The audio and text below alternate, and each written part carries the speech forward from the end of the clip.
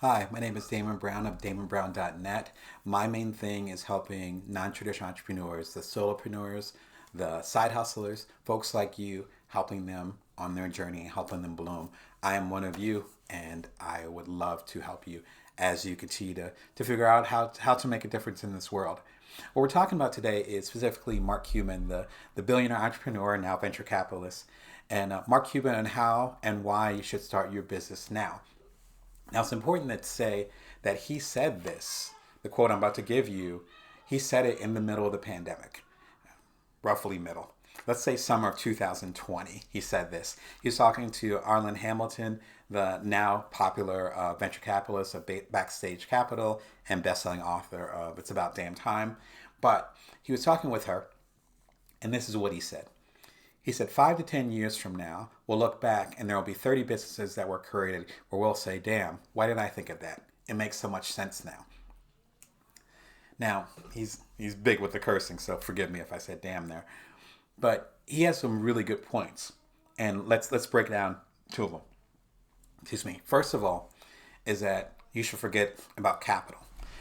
Capital basically means any type of outside money that you get, whether it's from venture capitalists or what they call angel investors, if you're going for perhaps a bank loan and things like that. Again, he said this in the middle of summer 2020. I won't say the middle of the pandemic, but the middle of summer 2020. And so, like, people weren't giving out money. People were trying to get through the month. At that period of time, we had civil unrest here in America, rightfully so, I would argue. Actually, I wouldn't argue. Rightfully so. Civil unrest. We had a lot of political drama going on. We, of course, had chaos in summer of 2020 as far as with the coronavirus and all the things that were happening at the time. But right now, whenever you're listening to this, whenever you're reading this, or watching this, whatever, there's chaos going on right now. There's always chaos. When I graduated Northwestern, I got my master's in magazine publishing. It was in fall of 2020, fall of 2000. If you remember correctly, like 2 months before I graduated, the dot-com bubble burst. And I had two job offers on the table. One of them was actually rescinded on the day of graduation as I was going home on the L train in Chicago. I'll never forget the day. I still remember that feeling, and it's been quite a few years. And that was because the dot-com bubble burst, money got tight, and that money that was flowing through Silicon Valley, and it was Silicon Valley connected companies, was gone. And suddenly they got really sheepish, and they didn't want to fulfill the offer that they gave me. I was still able to create. As it has become cliche, a century ago, in the 1920 era, around the time of the Great Depression, that's when some of the biggest, at that time, millionaires were made. And the biggest businesses were created, some of them that are still around today. So the thing is that don't worry about the capital. Now, that doesn't mean that money doesn't matter. It means find ways to create with the resource that you have. I talk about that in my upcoming book, Build From Now, How to Know Your Power, See Your Abundance, and Nourish the World. As of right now, you can pre-order that, get a special pre-order. You actually get a audiobook version of The Bite-Sized Entrepreneur for free if you pre-order it through damonbrown.net. It's only good until January 28th, 2021 when the book comes out. But I talk about that in here where Build From Now literally means building with the resources that you currently have. To reflect on the very beginning, I understand that journey just because I started my two startups and had a lot of success with my second one, bootstrapping while I was primary caretaker of the kids that you hear in the background and when they first were born several years ago. And so I understand what that is to have low capital. But then that means that you barter. That means that you partner with other people and find ways to help each other. As I've talked about in other videos, I partnered with Purple Fluorite, a producer who I've known for a very long time. We're super cool.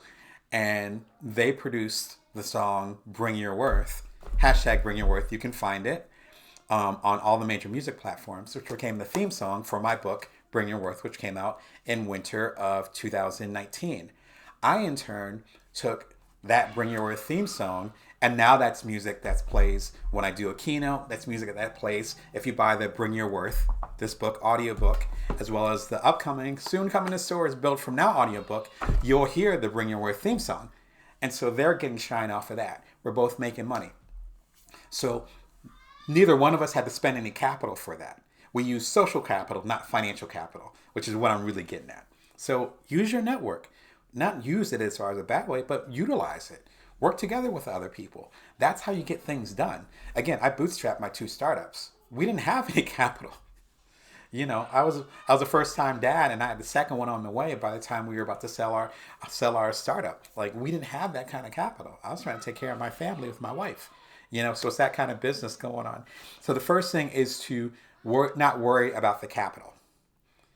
That's a lot coming from a venture capitalist, right? Think about that. If Mark Cuban's saying this, and like, if this is to his disadvantage, and I agree with him for sure. Number 2 is to always start small. Start small. I'm going to get meta for a second.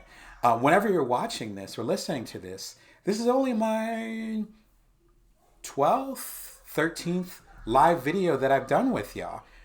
I don't know what I'm doing, but I'm starting small. And I got my family in the background who you can hear.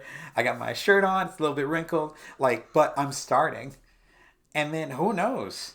A year or 2 from now, this might be a mighty oak. Bring your Bite-Sized Entrepreneur, which this is the compilation, but the original book was super tiny. It was actually about the size of Bring Your Worth. So it was a small book. My first self-published physical book. I had self-published before, but always digital.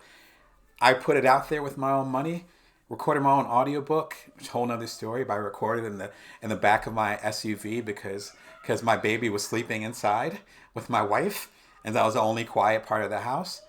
And it became a bestseller with the Simon Sinek's and the Seth Godins. I was right up there with them with my scrappy little book. But I started small.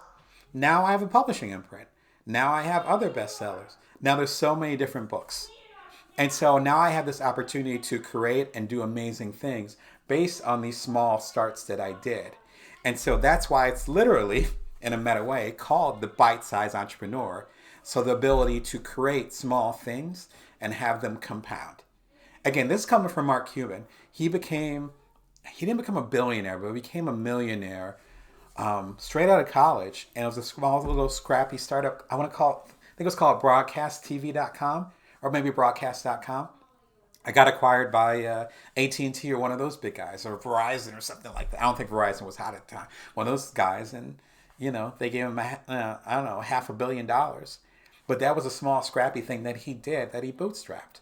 So you don't know what mighty oaks will grow from those acorns. So again, this comes from Mark Cuban.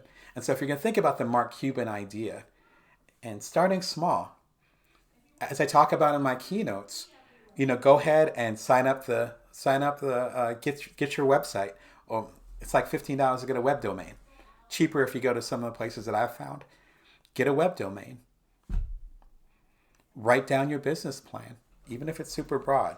As some of y'all know, I love index cards. I did a whole TED talk about index cards. So write it down.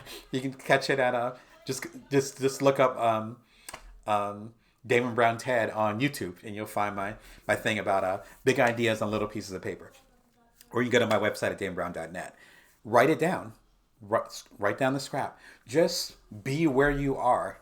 Again, there's a reason why I picked this name. Build from now. Create with what you got. And build from there. And as I've talked about in other videos and other discussions, if you build small, you have a higher chance of keeping control and holding on to your intellectual property, your IP, which means you'll be able to make different moves. When we sold Cuddlr, which was my second startup that we sold right after my son's second birthday, we sold it, myself and my 2 co-founders, we had complete ownership. And we had already divvied up what percentages we owned. So when they cut the check, it was just talking to the agent who was handling the acquisition and said, okay, just this percentage goes to this bank account, this percentage goes to this bank account, this percentage goes to Damon. That was it. There was no middleman aside from the agent. Nothing wrong with middleman. It's just, we're able to steer the boat. But we're able to steer the boat because we bootstrapped the whole thing along the way. And we built from now based on the resources that we have. And sometimes it was really rough, but we ultimately had control. And we didn't have to worry or be dependent on someone else co-signing what we wanted to do. Something I talk about in Bring Your Worth. If you're familiar with it, one of the tenets is do not wait for permission. We didn't wait for permission. If you're dependent on someone else giving you capital, you are waiting on permission. Case closed. If that's coming from Mark Zuckerberg, Mark Cuban, the other Mark, if that's coming from Mark Cuban, and he's a VC and he makes money of it. Remember, this dude is on Shark Tank. I knew him before Shark Tank, but this dude is on Shark Tank, and he's saying, do not take that money unless you absolutely have to. You should listen to that. All right, remember what Mark Cuban's saying? I co-sign 100%. Remember what I'm saying. First off, forget about capital. Build from now. Number two, you want to take small steps. That's why the book is called, right by my back, The Bite-Sized Entrepreneur. Take little pieces.